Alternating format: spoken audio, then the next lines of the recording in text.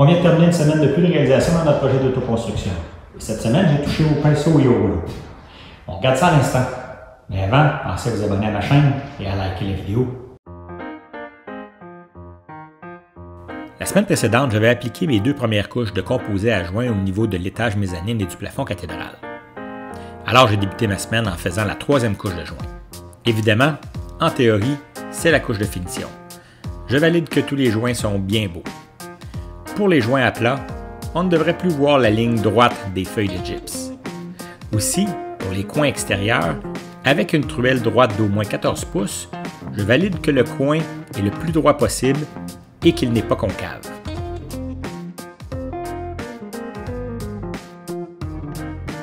Pour le sablage de la troisième couche, j'utilise encore la sableuse électrique, mais avec un papier plus doux, du 150 ou idéalement du 180. Aussi, je réduis la vitesse de la sableuse et m'assure d'appliquer une pression le plus légère possible. Finalement, avec un éclairage parallèle à la feuille de gyps, je valide qu'il y a le moins de défauts possible. Finalement, je termine avec un petit sablage à la main à l'aide d'une éponge de sablage pour enlever les petites imperfections.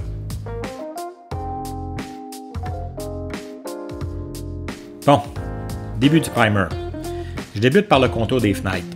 Comme le contour des fenêtres sont en gyps, j'applique une couche de primer un peu plus résistant à l'humidité sur ce gyps. Ça sera un peu plus résistant si jamais on avait de la condensation qui se formait sur les vitres des fenêtres. Ensuite, la garde-robe du bureau. Toujours aussi plaisant, avec un plafond qui passe de 3 pieds à près de 10 pieds. Au moins, j'ai pas de découpage à faire. Ensuite, j'attaque le plafond. Ça va bien. À date, l'application du primer ne révèle pas d'imperfections importantes dans les joints, jusqu'à ce que j'arrive aux joints verticaux du plafond cathédral. Ces deux joints verticaux sont des joints faits sur l'extrémité carrée des feuilles de gyps. C'est toujours un peu plus difficile. Je n'ai clairement pas appliqué assez de composé à joint. Au contact du primer, on voit le joint sous le papier. Alors, pas le choix. J'arrête d'étendre le primer et je répasse les joints.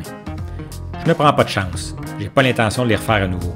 Alors j'applique une couche de composé à joint à prise rapide qui a la particularité de ne pas rétrécir lorsqu'elle sèche et d'être plus résistante au sablage. Un petit peu de sablage. Ensuite, une dernière petite couche de composé à joint régulier. Et finalement, un léger sablage. Pas de chance à prendre, je le fais à la main. Pas de sableuse électrique. Je veux être certain de ne pas en enlever trop. Bon, je peux reprendre l'application du primer. J'avoue être un peu anxieux. J'espère que les joints vont bien sortir. Bonne nouvelle, tout est impeccable. Alors je termine l'application de cette première couche de peinture avec finalement un bon 3 jours de retard sur l'échéancier que j'avais envisagé. Pendant que je m'amuse avec les joints du plafond cathédral, Marc et François complètent l'installation des dernières forennes au plafond du garage. Avec ces dernières forennes installées, l'installation de l'isolant de cellulose pourra se faire. Entre les couches de composé à joint à l'étage mezzanine, j'ai quand même le temps, avec François et Marc, de positionner quelques lumières encastrées. C'est assez simple, mais quand même, si on veut que le coup d'œil soit bon, mais aussi que l'éclairage soit adéquat, il faut y porter une attention particulière. Et surtout, tenir compte de quelques contraintes, comme l'emplacement des poutres qui limitent l'installation de l'encastré directement en dessous. L'évent étant maintenant installé sur le toit, le plombier peut revenir compléter le branchement dans l'entretoit.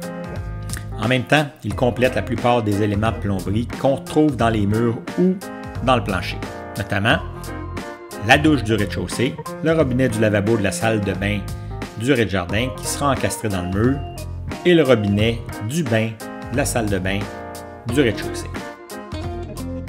Maintenant que le plombier a branché les veines dans l'entretoit, on peut refermer le passage qu'on lui avait laissé. François prend donc le temps de remplacer la laine isolante dans l'entretoit, de sceller les nerfs max et de mettre un morceau de gyps en place. Ensuite, je peux donner la première couche de composé à joint. Comme je veux que ça sèche rapidement, et que ça ne craque pas, j'utilise du composé à joint à prise rapide.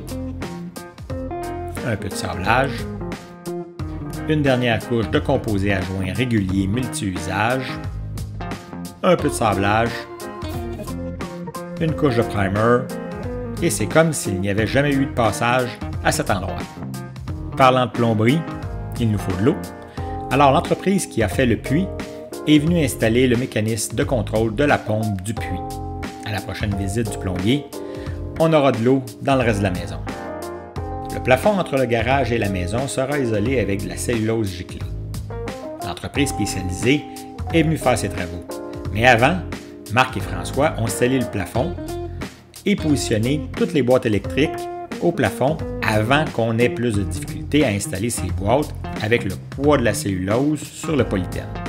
Pour être en mesure de gicler la cellulose, l'installateur a fait de nombreux trous dans le polythène pour pouvoir remplir l'espace de cellulose.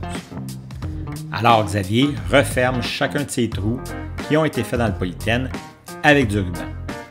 Normalement, ça devrait être encore étanche. Bon, la semaine dernière, on avait terminé notre semaine avec une livraison de gyps. On a donc débuté l'installation du gyps au rez-de-chaussée, dans la salle de bain, au plafond de la garde-robe walk-in, au plafond de la chambre des maîtres.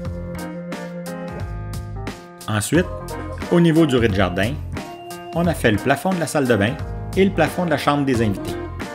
Assurément, il nous reste encore quelques feuilles à installer. Finalement, comme j'ai hâte d'enlever le plancher temporaire qui nous aura permis d'accéder plus facilement au plafond du toit cathédral, samedi, je suis allé faire ma première couche de peinture au plafond cathédral. On verra si on sera en mesure d'enlever ce plancher temporaire la semaine prochaine.